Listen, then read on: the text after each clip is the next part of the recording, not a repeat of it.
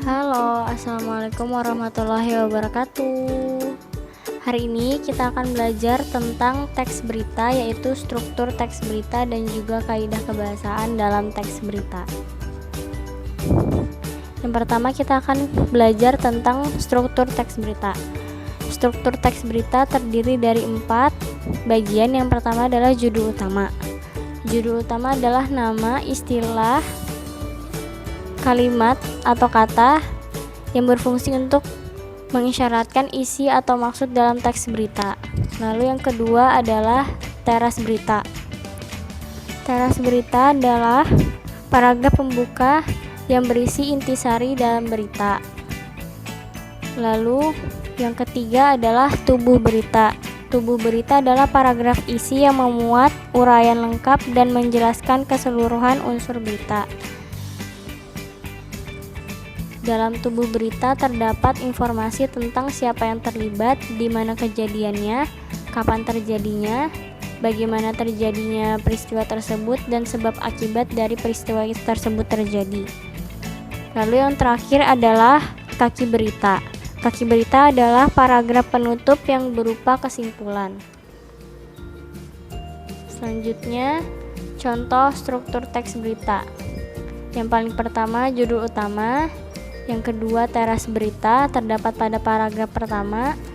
Tubuh berita terdapat pada paragraf kedua sampai ketiga atau paragraf di tengah. Lalu yang paling terakhir adalah kaki berita pada paragraf paling terakhir.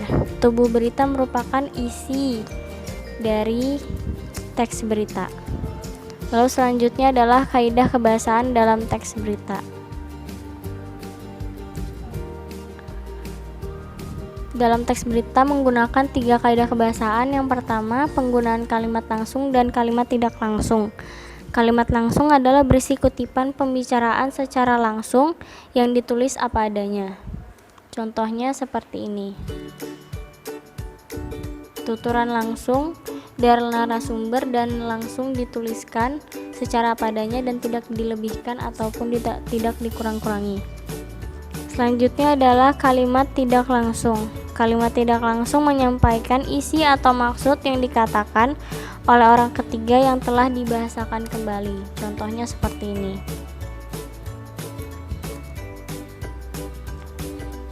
Kedua adalah penggunaan konjungsi temporal dan keterangan waktu.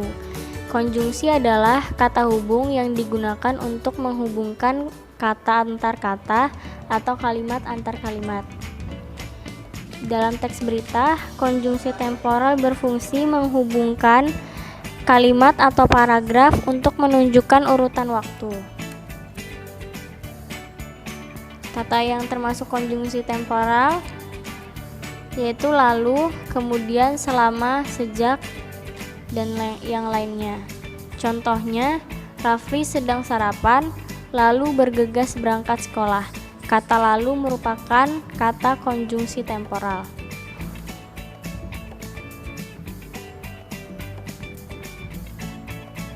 Selanjutnya adalah keterangan waktu. Keterangan waktu berfungsi untuk menunjukkan waktu terjadinya peristiwa. Contoh katanya seperti kemarin, besok, tadi, dahulu, sekarang, dan baru saja.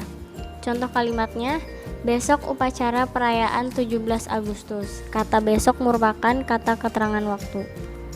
Yang terakhir adalah kata kerja mental. Kata kerja mental berfungsi untuk menerangkan aktivitas batin subjek dalam kalimat. Kalimat kata kerja mental yaitu mengindra, merasa, dan berpikir. Contohnya, dengan adanya kegiatan lokakarya ini, Mendikbud berharap seluruh kepala sekolah memiliki pemahaman terhadap penggunaan dan pertanggungjawaban dari bantuan yang telah diterima. Kata berharap dan memiliki merupakan kata kerja mental.